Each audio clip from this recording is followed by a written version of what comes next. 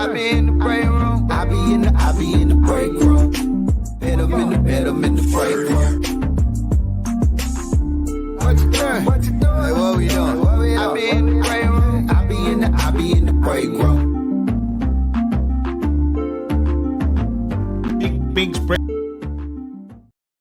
This is the fastest growing podcast, and we invite you to join the discussions with us. Look, it ain't no rules in the break room. This is where you let your feelings be known and your thoughts be heard. Think about it. At the job, in the break room, that's where everybody let loose, kick it, and be themselves. So that's what we want you to do. Let loose, kick it, be you in the break room. This is our platform to help move the culture forward together with our knowledge, experiences, which can influence and strategize to make a difference. But sometimes that require a little ratchetness, a little arguing, and being open-minded. Spread the word about Big Bink's Break Room Podcast. Follow us on all social media. Let loose, kick it, be you, and let's hop into today's show. This is Big Bink's Break Room Podcast. Yes, sir. Yes, sir. Y'all go ahead and clap it up one time. Big show. Big Bink's Break Room Podcast. Welcome on a Wednesday, what they call it, hump day, couple of days before the weekend. And again, if you're in the South or, if you're in the Texas and Houston and Arkansas area and all the temperatures are like 70 and 80, it's crazy. But rain is on the way, at least down here. So, it's Black History Month, and we're coming to the end of Black History Month. And every day, I find a little fact that I like to share with the family. Listen to this.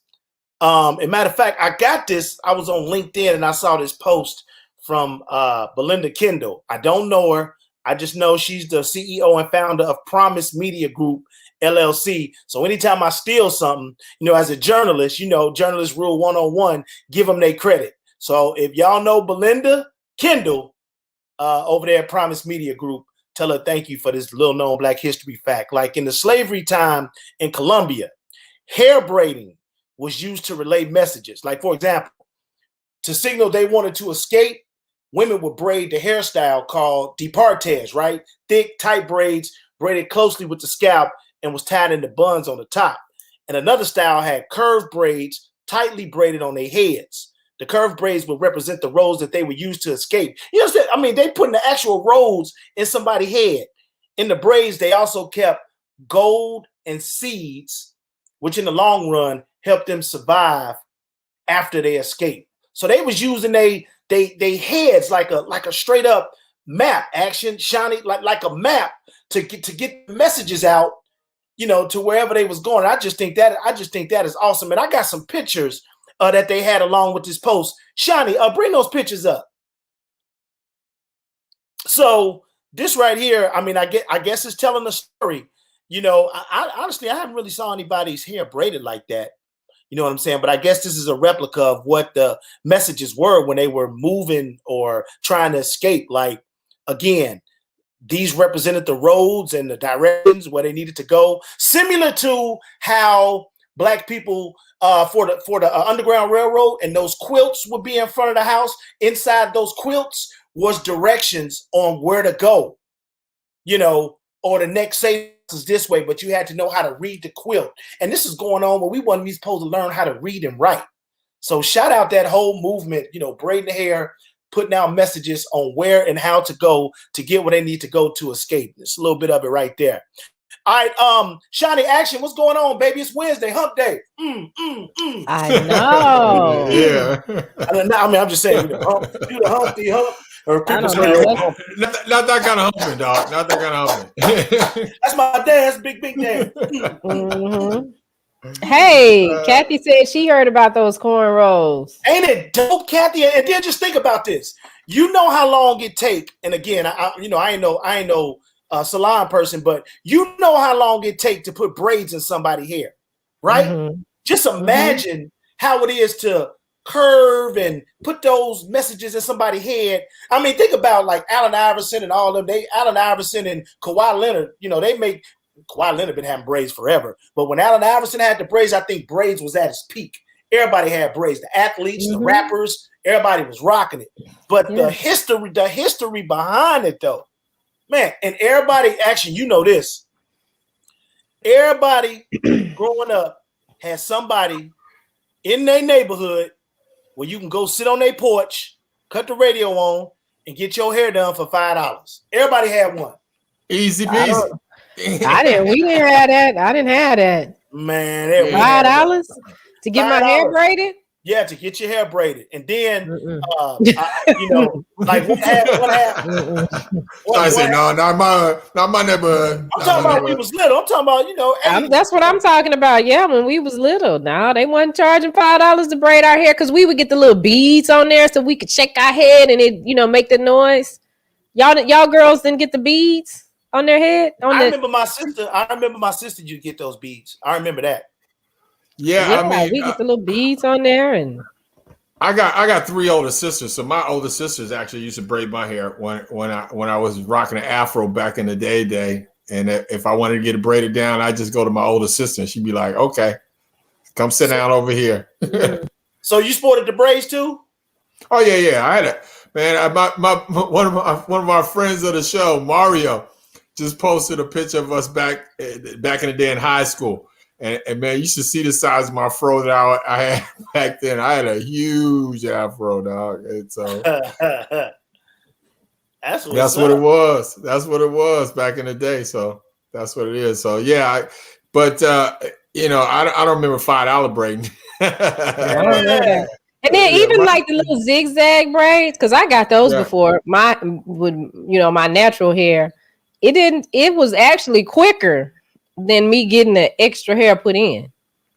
For her to do, you know, the little zigzags. The J-Lo, we called them the J-Lo braids when she came out and had those little zigzags in her head.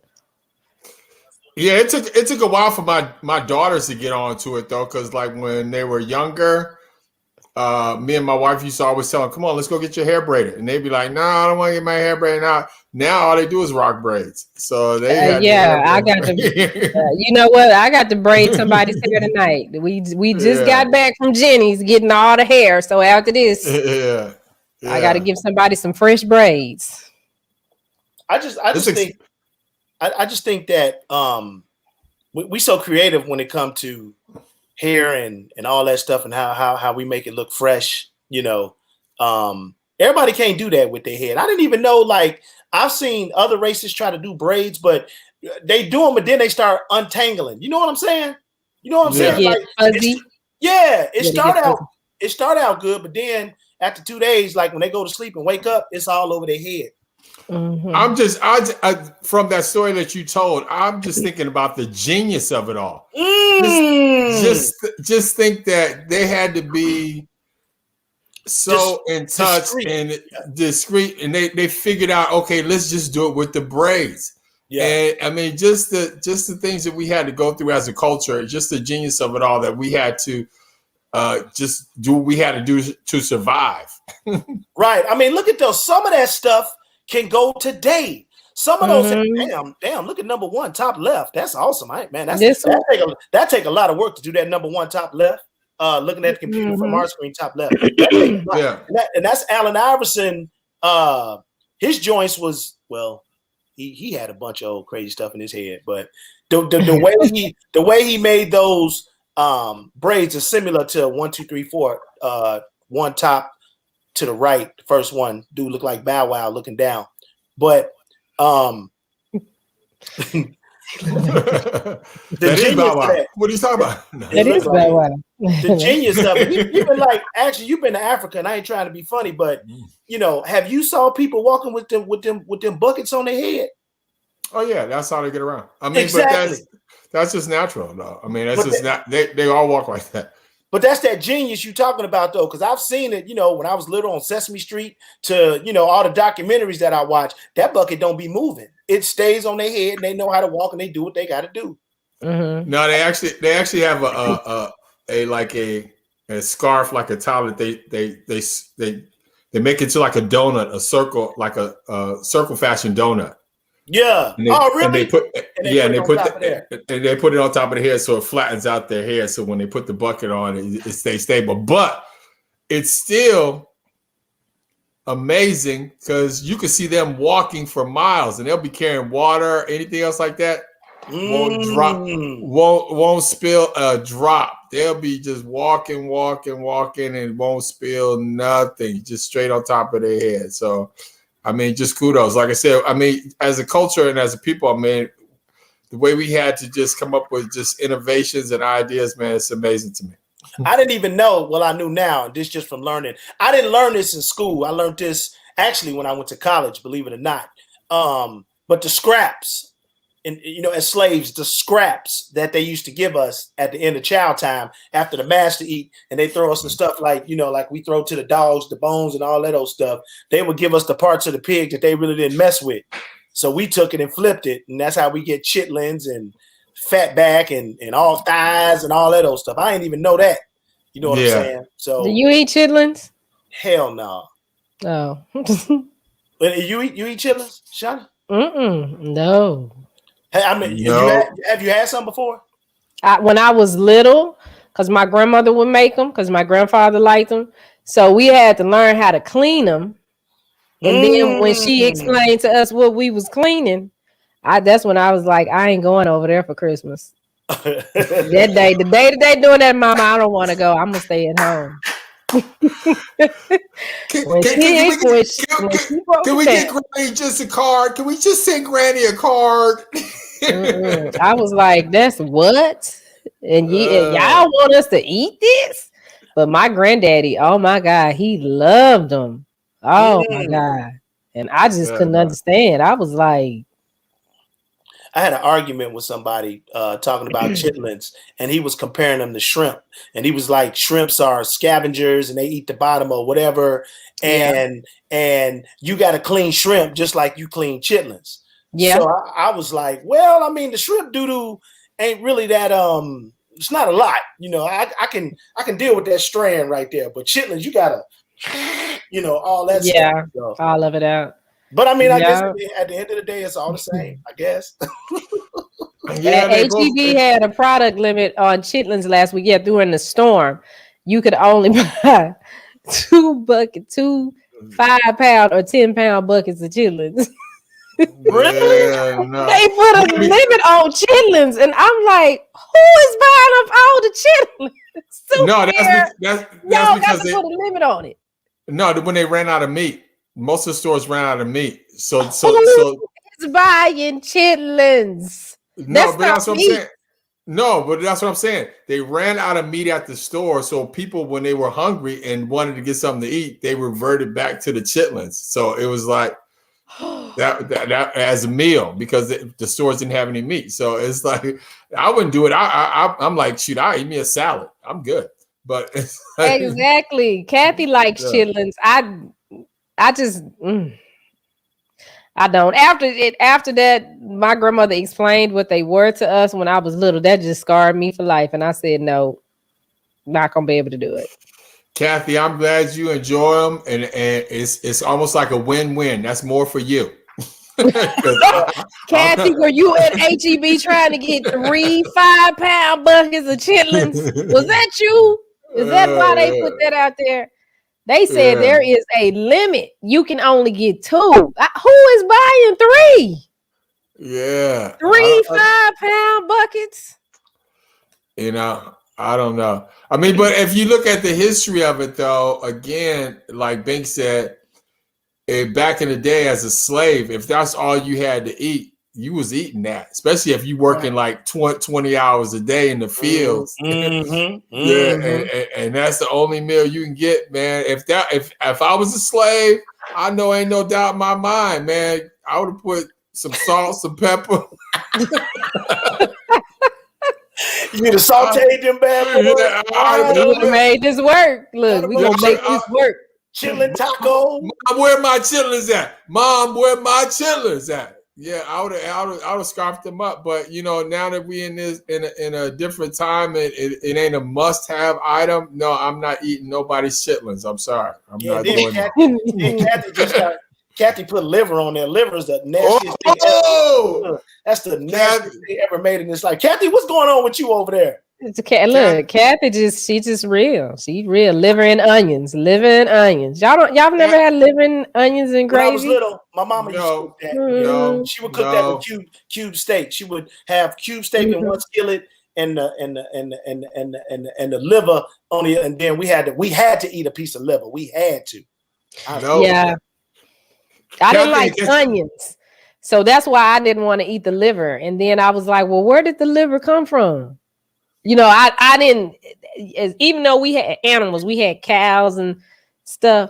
Yeah. It never clicked that like the chicken I'm eating, that's the chicken. That you was just, you know, the cow that you was out there just saying moo moo too. That's the meat.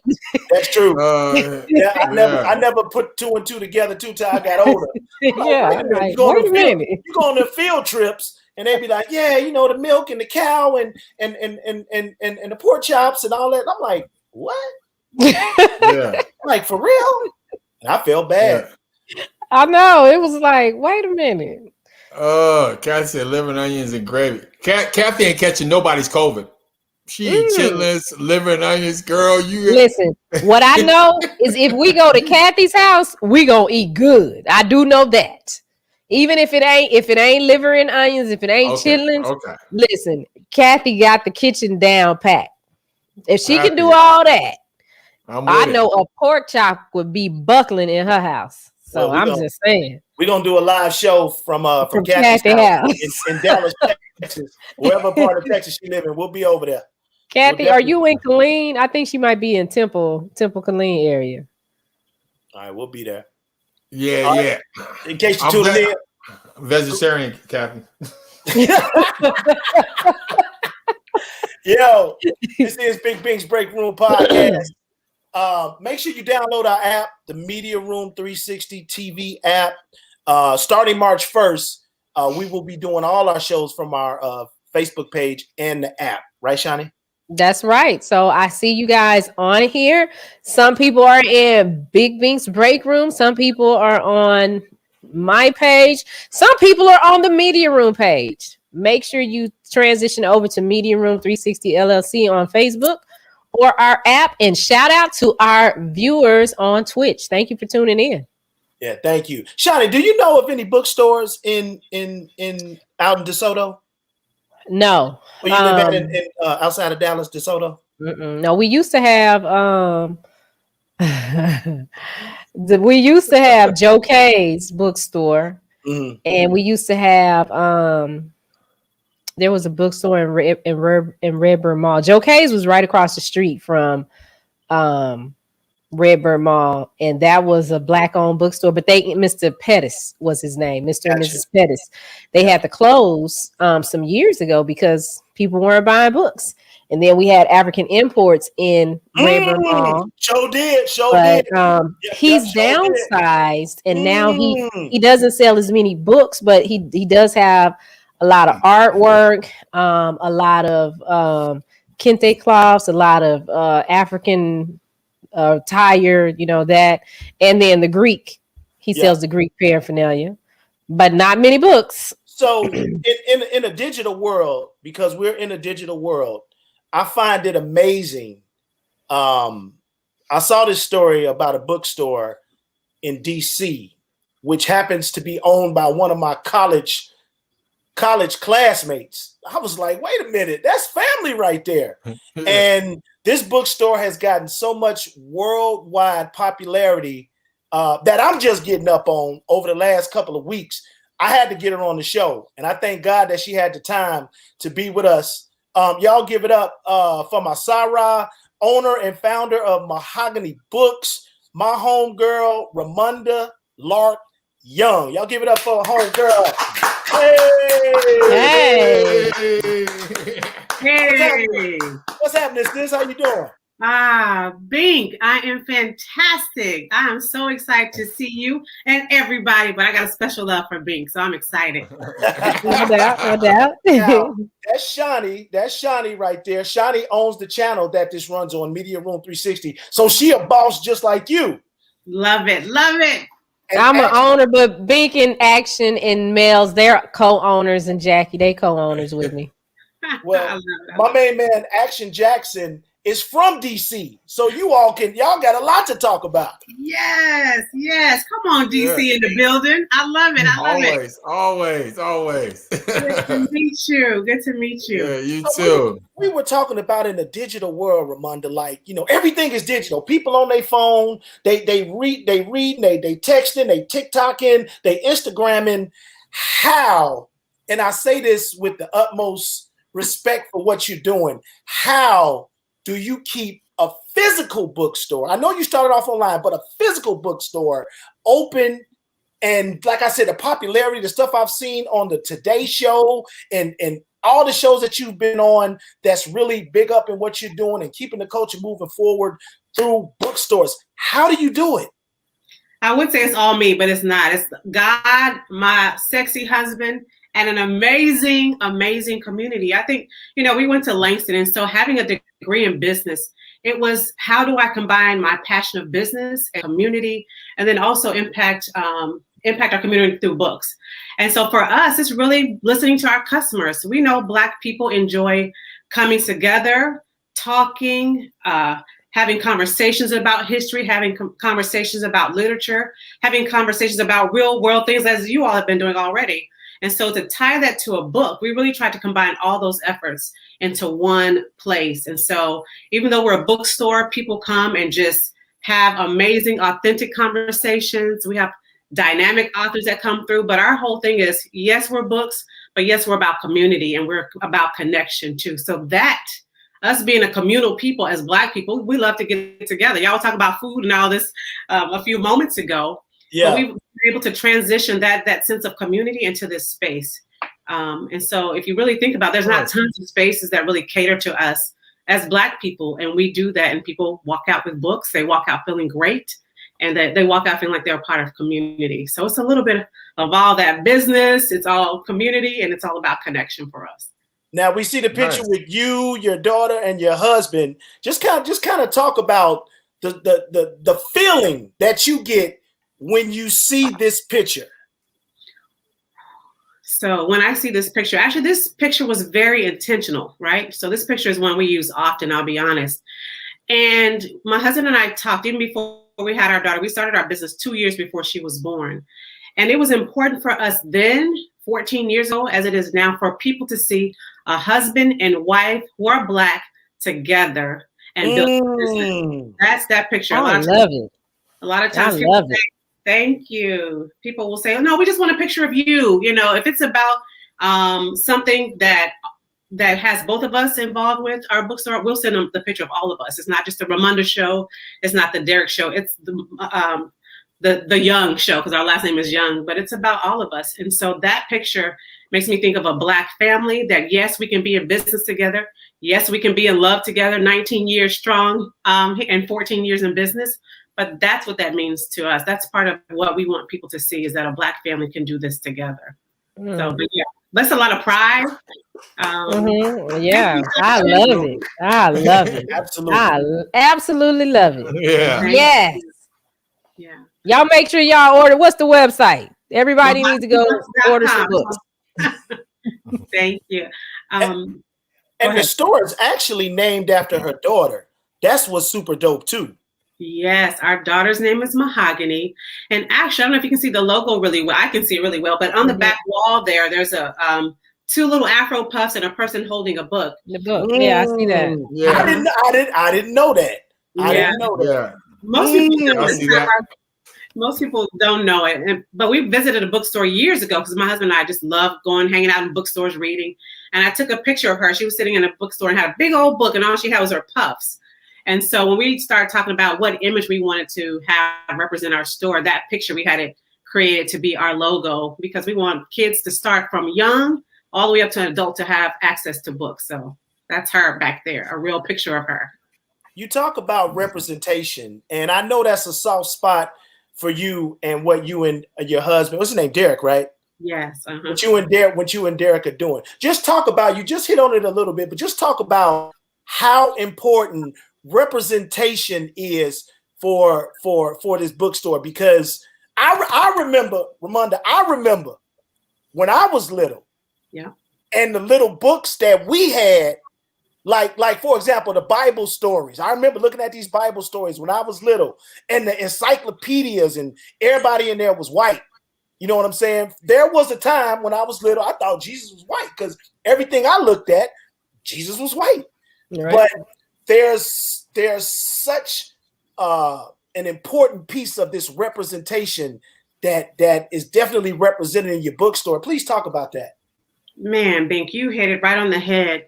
Like you said, when we see pictures of Jesus, when we see pictures of Superman, Cinderella, when you see them in Black form, when you see books that look like you, there are so many studies that show that when kids read books with characters of their same ethnicity group, they excel and really excel with self-confidence and self-esteem. Both of those are impacted in a tremendous way just because they see characters on the page that look like them.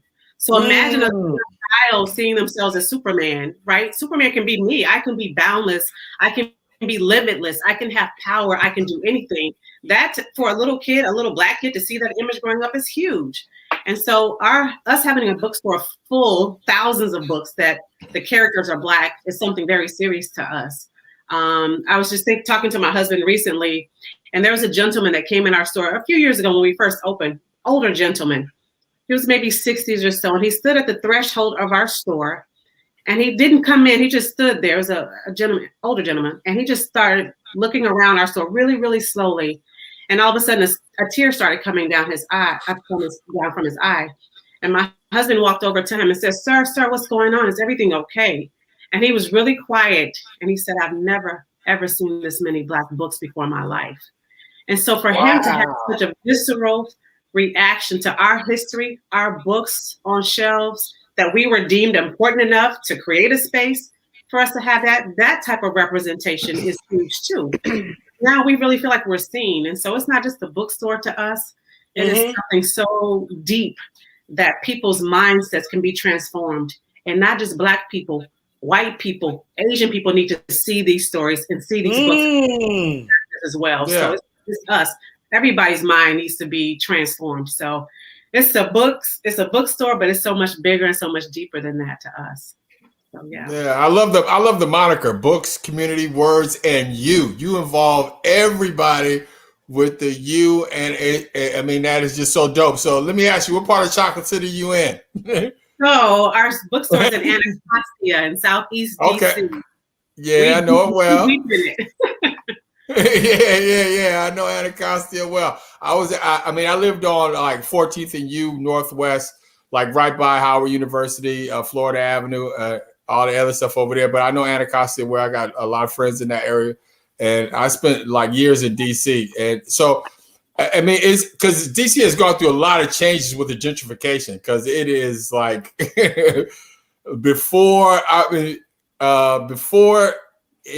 let's see, like I was in DC in the early 80s, lived there early 80s, and my parents and family still live there. I just live in Texas, but I just know that city has just gone through a whole change. So, I mean, can you speak to that fact that, I mean, even though DC is still a predominantly Black city, how it has kind of like changed dynamics, and do you still see like the traffic, or do you get that gentrification traffic? Because again, we should, I mean, like I thought that was important what you said, like it shouldn't just be Black people that learn about our history. We had to learn about white history. They should have to understand and learn about our history. Yeah, I had to read about it. We had to read about all those different people. I had to read about Pocahontas, and Stoneleigh, Lee Jackson, all those people we had to learn about when we talk about American history. But we got to learn about Malcolm X, maybe.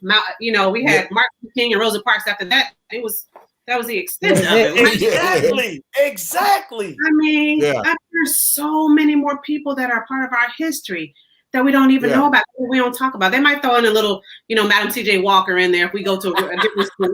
They might throw that in. But look on our shelves and see the tremendous amount of books that we have on Assata Shakur, Afeni Shakur, or talking about civilizations in Africa that impacted where we are today. Those things mean something to me.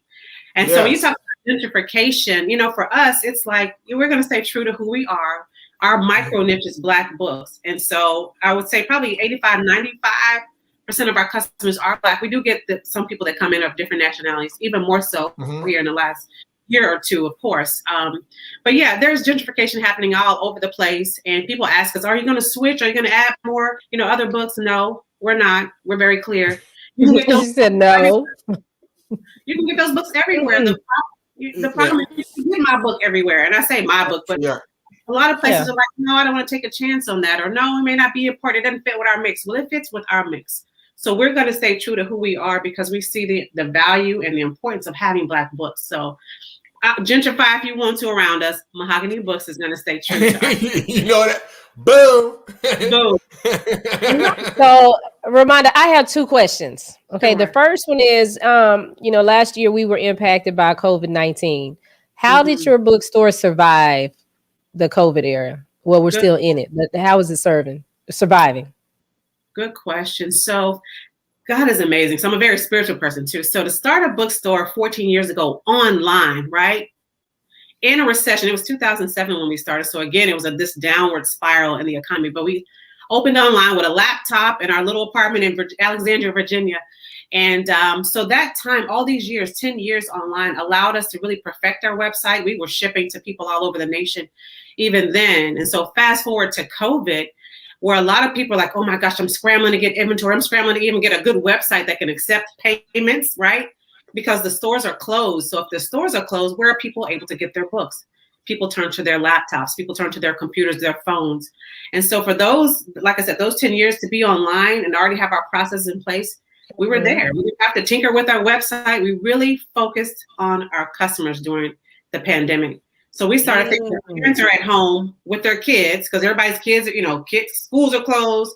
Parents are sitting at home with their kids, don't know what to do with their kids now to have them 24 hours a day. And so we really started marketing, and we created kids bundles, book bundles, all Black books. So we had an elementary school bundle, and it cost, I think it was $45. We had a middle school bundle, and then we had a high school bundle. And we had a healthy email list at that point, but our social media, I do all of our social media. And so we were pushing those bundles out. We were emailing people. We created blind date with a Black book. And so what that was people could order a book. People trusted our judgment with books and what we curated. So my husband and I would pick out books, and people didn't know what they were getting, but they trusted what we did and our selections. And so they would order that box of books that was shipped to them. So all those different things that really gave people options when it came to buying. It gave them Black books. They didn't have to think about it. And so we were shipping those things out left and right. And so again, we didn't have to tinker with our website. It was already there, but we were able to really focus in on our customers. And then the last thing I'll add too, and not having to tinker with the website, we did a lot of online events. We created MahoganyBooks Front Row, which was, the whole idea was being on the front row of your home. You can now sit here and watch amazing author interviews. So I interviewed Gabrielle Union this past year, Van Jones. It's a lot. My husband and I were tag teaming. We were just, so people were buying those books. So we were shipping them out. We would have people come on and have a whole chat popping, and everybody was in this conversation. Again, books, community. So we were creating an online community where people really felt connected as well in that. So that's what helped us get through the pandemic before the whole, George Floyd murder happened, where people really started buying Black books. So that's what we did. Yeah. Okay. And my second question is for the self-published authors who want to sign, set up a consignment deal with you. Is that something that you all are open to? And if so, how do they go about contacting you to put a consignment deal in place? Awesome question. So we don't do consignments. We tried that in the very beginning, but we still, local authors, we just from a process standpoint, I was rocking around. Yeah.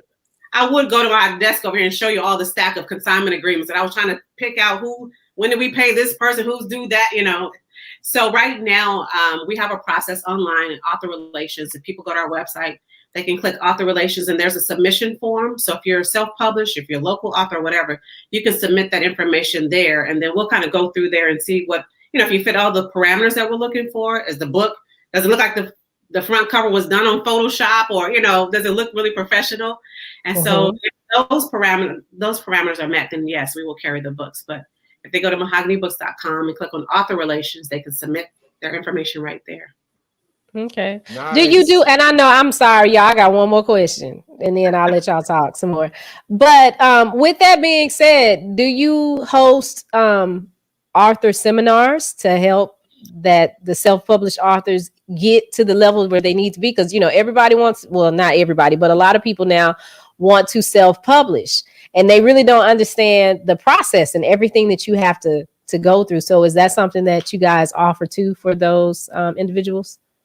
Is crucial. It's one thing to say, oh, we can't take your book, or oh, the cover looks like this, and it's another thing to educate, right? And so yes, we've hosted several workshops. We've had other authors who've gone through the self-publishing process come in and host workshops, especially when our physical store was open. We're open now, but we haven't had in-store events just because of COVID.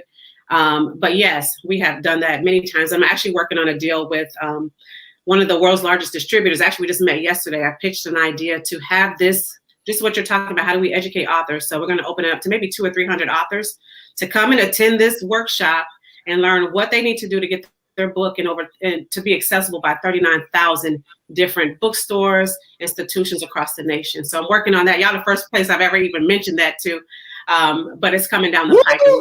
Exclusive. Like it ain't out anywhere yet, but we're working on it. And the company is excited to partner with us on it, but it's important for us to educate our community. We have stories to tell, and we want them to be educated on the process of getting their books into the hands of bookstores. So yes, that's important to us. Absolutely. In case you're just tuning in, this is Big Bink's Break Room Podcast on Media Room 360 TV with me, Big Bink, my girl Shani Scott, my main man Action Jackson, special guest Ramunda Lark Young, owner of MahoganyBooks in DC. Now, you hit on this a little bit, Sid. Oh, let me put this out there. We are both Langston University HBCU graduates. Because I want to make sure that people know that whatever you're trying to do, you can do it. We are living representations that HBCUs do work. I definitely want to say that about 15 times. All right. And Ramunda represents the Zetas. I represent the Sigmas. All right. All day. And we definitely are here to help. You know, that's the ultimate give back line right there. For people watching this, I hope we can inspire, all four of us can inspire one person to continue to go towards their dream, no matter how bleak it may seem. So I just wanted to say that. Now, I love that, Bink. Wait a minute. You done brought up Langston and Zeta and everything. I gotta let them know. Yes, but you know, HBCUs, I know we got a vice president went to HBCU, but for many years, people thought HBCU, is that really the real world? Are you getting real world experience? Well, yes, we are. We can see it from the highest office in the land to even us here, that experience was invaluable. I mean, there's no words to really express what Langston did for me, especially me growing up in Tulsa. I was not exposed to tons of Black books. Not until I got to Langston did I really learn about all these Black books. So yes, I didn't even know. And that's where Black Wall Street, all of that. You would think, oh, these books were there. They were not. So sure. Thank you for that shout out. No, absolutely. I learned a lot in that Melvin B. Tulsa Center. I learned a lot. That's right. Me too. Absolutely. So you hit on it a little bit when you talked about George Floyd, but I did some research and I found out that people of listen to this, Action and Shani, people, and Ramunda, you probably already know, but people of all races, the interest about race in this country, people buying books for that is through the roof. Yeah. I had no idea that people are looking for books on race, and you know, especially this particular last year, all of the stuff we went through, the leadership, the administration we had, the ability to make it cool to be racist, the ability to let everything you wanted to say about somebody, whether it demeans them, defames them, was okay according to our leadership. And people were buying books about race. That is accurate, right, Ramunda? It is beyond accurate, bro. Beyond. It was crazy, you know, and at first we didn't know where it came from. You know, we were, like I said earlier, we were COVID. We were still, our sales were actually outpacing the year before. All the years before COVID put us in a great position. But when May happened, when George Floyd was murdered, when Ahmaud Arbery was killed, and all of that happened. A lot of things happened in those months. Breonna Taylor, a lot of those things. And the woman in the park, I think her name is Cooper, with the dog in the park, and she was screaming, there's a black kid. So all those events that happened, I really think it was a visceral reaction from the white community, I'll be honest, and the black. We've been seeing it year after year, but I think it was a mixture of people sitting at home. We were on lockdown, and so people saw those images. And when people saw those images, especially George Floyd, I think people were like, "Oh my gosh, black people have not been lying all this time." I think that's really what happened. And I think they felt like, "Oh my gosh, what?" When they saw that white police officer sitting on George Floyd's neck, and he had this very nonchalant and very kind of smug look, that was piercing. And I think that touched a lot of people, I'll be honest, to where they looked at themselves and said, "You know what? This is crazy. Let me go educate myself on this," because what people have really been saying about racism, I'm staring at it right in the face. I'm staring at it when I saw that woman in the park screaming for help and nobody was harming her. So all those things, I think, made people really turn inward and say, "You know what? Let me go and get a book about this." And so people were buying books from Amazon and wherever else. But there was a brother on social media. I do not remember his name, but I just saw it because I was researching our Instagram likes and everything were going up. And I'm like, what's going on? So I was trying to research it. And there was a brother online on Twitter. He said, if y'all going to buy these black books, if you want to go and learn about black history now and learn about racism, you better darn well go to a black bookstore, because black bookstores have been standing in the gap year after year after year when black books were not cool. So, and when that happened, he named a few bookstores, he tagged a few of us, and that thing went bananas, because now we got people feeling some type of way about it, feeling guilty, like, oh, I want to do something about what I'm seeing. And then they had to turn their dollars and really turn them to black bookstores. A lot of them did. And so I'll be honest, we moved maybe from May to October over 100,000 books. Before the end of the year, it was even more. Wow. That our one bookstore moved. So we had multiple millions, I'll be honest, this past year. That's awesome. And it's a weird feeling though, Bink. It's a weird feeling to know that the impetus came off the back of George Floyd, I'll be honest.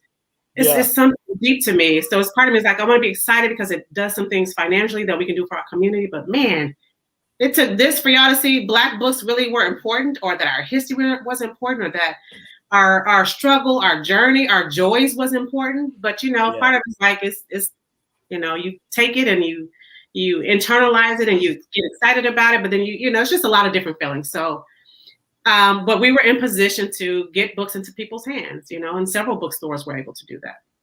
Absolutely. Nice. Special guest today on Big Bink's Break Room podcast, Ramunda Lark Young, friend of the podcast, friend of Media Room 360 Television. I want to talk about what you did with the president. And he's always going to be President Obama to me. I don't care if he ain't the president. He's still the president. You had, you know what? I don't even want to mess it up. Please tell the story on how President Obama jumped on one of your Zoom meetings. Wow, it was amazing. So yeah, I'm still shook by it. And it was a couple of weeks ago. But my husband and I, we have a book club that we hosted in our store. The year before the pandemic, we actually started it. So every month we would meet in our bookstore, and it was actually us partnering with Very Smart Brothers, Panama Jackson, who's one of the co-founders of Very Smart Brothers. So it's the MahoganyBooks and Very Smart Brothers Book Club. And so we met in our store all year before the pandemic. We would stream live, so people who couldn't come to the bookstore could watch on social media and be a part of it. And so a couple of months ago, President Obama started following us on Twitter. So we were all pumped up, like, oh my God, the president of the United States, former president, started following us on Twitter.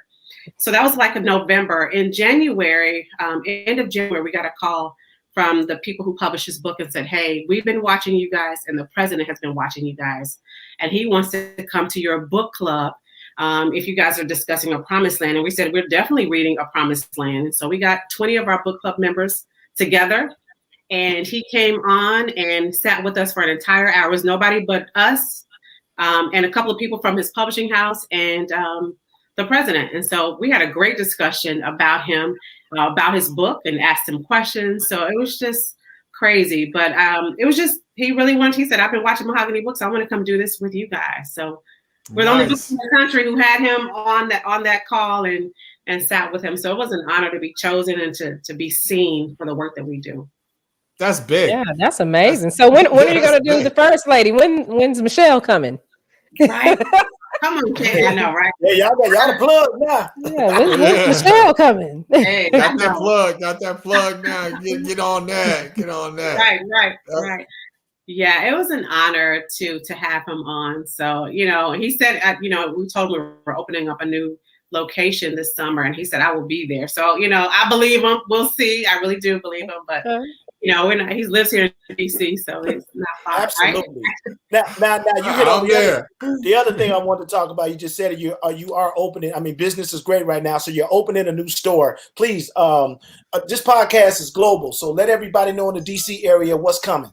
Absolutely. So we are opening up our second location in National Harbor, right here in Prince George's County, Maryland. So it's right on the border between Maryland and Virginia, right across the bridge. You know where that is, Action. PG County. County in the building. Yes. So we're opening our second store there. We're just excited. National Harbor is an amazing place. MGM hotels are right there. 2 Diamond Star hotels are right there in the area, walking distance from our store. And so that's what we're opening up. And we're excited to be in a space to expand when 41% of Black businesses failed last year. Lightly, it's not a game to us to be in this moment and where we are. And we were actually planning to open a second location even before the pandemic. So to come out of the pandemic or to be in this part of the pandemic where we are, it's a gift that I don't take lightly at all. So God is good. Every day, all day. All the time. And so before we let you go, sis, let everybody know how they get in touch with Mahogany Books. I know MahoganyBooks.com, but also if the question Shani asked about authors, for people who just tuning in, for authors who might want to submit books, or I don't know how that works, but please talk about your social media and how authors can get in touch with you to submit books or whatever. I hope I said that right. You did. You said it perfectly, fam. Perfect. So they can go to MahoganyBooks.com. There is a button on there, an option for author relations. So they can click author relations and submit their information there. So any author, please submit your information there. There's a series of questions that we ask just to make sure it's the right fit. But yes, on all social media platforms, we are at Mahogany Books, Twitter, Facebook, Instagram. Come holler at us, and we'd love to hear from you. Yeah. That is so awesome. And before I go, this is a shameless plug, but Shani, you mentioned African Imports. This was one of my first books that I got from African Imports. Changed my life. Assata Shakur, if you don't know, look at that last name. It means something. Yes, there is a direct link to Tupac right here. But this book about how they did this sister, and to this day, she still can't come to the United States because there still is a bounty on her head for something that she didn't do, for the way she was treated back in 1970. What was that, on the New Jersey bridge? I forget some bridge. But right here, this book was one of the first Black books that I bought. And Shani, I got it from African Imports back in the Gap. Yeah, I wanted to show that. Okay, so I got a question before you get on here too, because I keep books by my bed. I read all the time, and so I want you, and so the people out there, and for me too. This is for me, but I'm trying to help out everybody else out there. Give me your top 3 either Black authors or Black books that you should read as an individual Black person, or just good period. Your top 3 that every Black person should be having in their collection. And if you don't know top 3, top 1, whatever, but I at least 3. I want 3 because I read like that. But I want 3. But if you don't want to give up 3, but I want to know, like, what book should I have by my bedside that I should be getting into right now? Wow. So Bink doesn't know this, but Assata Shakur is my all-time favorite book. All time. Every time Assata is my book. I just talked about Assata last night on a show. Assata. So that's number 1. Isis Papers is the second one. People don't know about Nile Valley Civilization. I read that when I was at Langston. That book is on our shelf right now. It's by Dr. Anthony Browder, who lives here in DC. It's called Nile Valley Civilizations. Powerful book. That's 3. The 4th one I would say is Powernomics by Dr. Claude Anderson. You can do Powernomics or Black Labor, White Wealth by Dr. Claude Anderson. But don't get me started. I have thousands of Black books on our shelves. That's what I want to know, though. I want to know, like, because I honestly, I try to suck up as much information, and I love reading. So, like I said, I keep books by my bed, and I usually keep a couple in my bag. Like when I'm at my work or whatever, I'm always pulling out a book. So I love reading great authors, and I love reading about the culture. So again, I thank you for that. So I'm gonna get this shot up. I'm gonna have to get this too. Yeah. Oh, can we order it from you?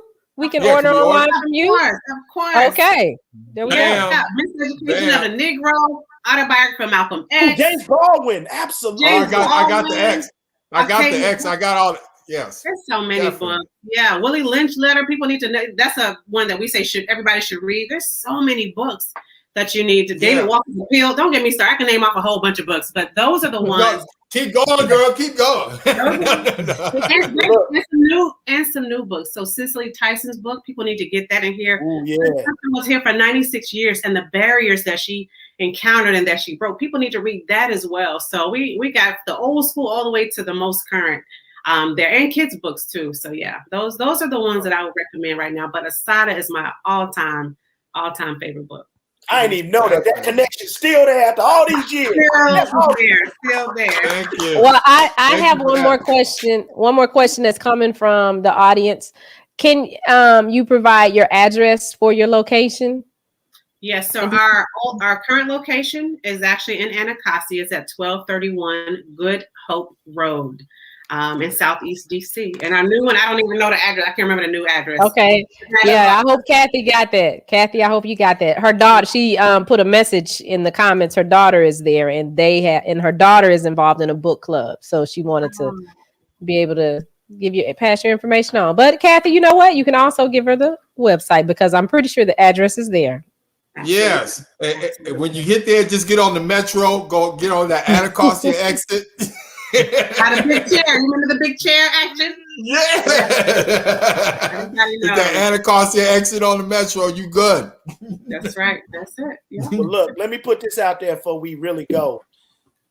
Be on the lookout for a collaboration when these two bosses get together, Shani and Ramunda, when they get together. Because I'm already thinking like, okay, I'm gonna have to call her after this. Some type of book expo. I don't know what it is, but it's coming. Trust me. Trust me. Just be on the lookout for that. And Ramunda, hey, look, it's all love. We love you. Thank you so much for your time. I know you quadruple busy, but we thank you so much for being a part of our show, being a part of this channel. And again, beautiful picture. Tell the hubby I said what's up. Tell my niece I said hello. And we love you. And y'all continue to read these books, and let's support Ramunda in every Black bookstore across this country. Thank you so much. Thank you. I love you. Thank you. Good to meet you. It was nice meeting you too. You're going to get some orders from me. Trust me, you're going to get some orders from me. Me too.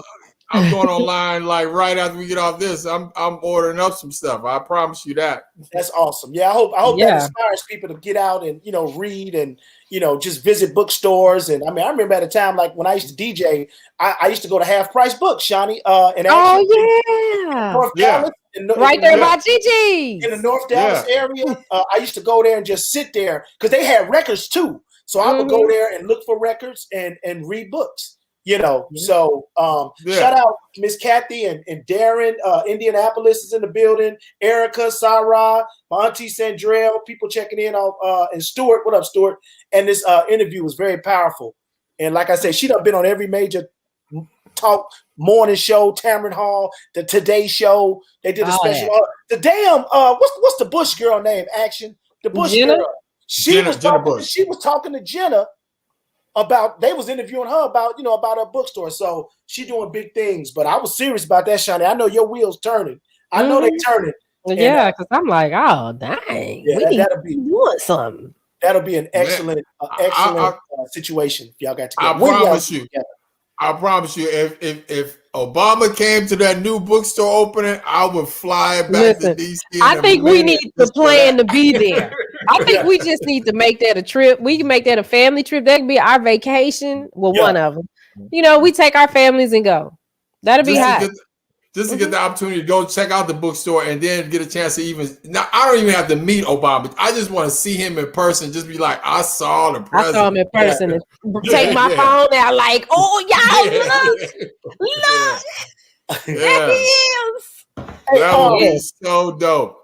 Action. I see you sporting the Tiger Woods today. We got an update on him. Anything? Have you heard anything?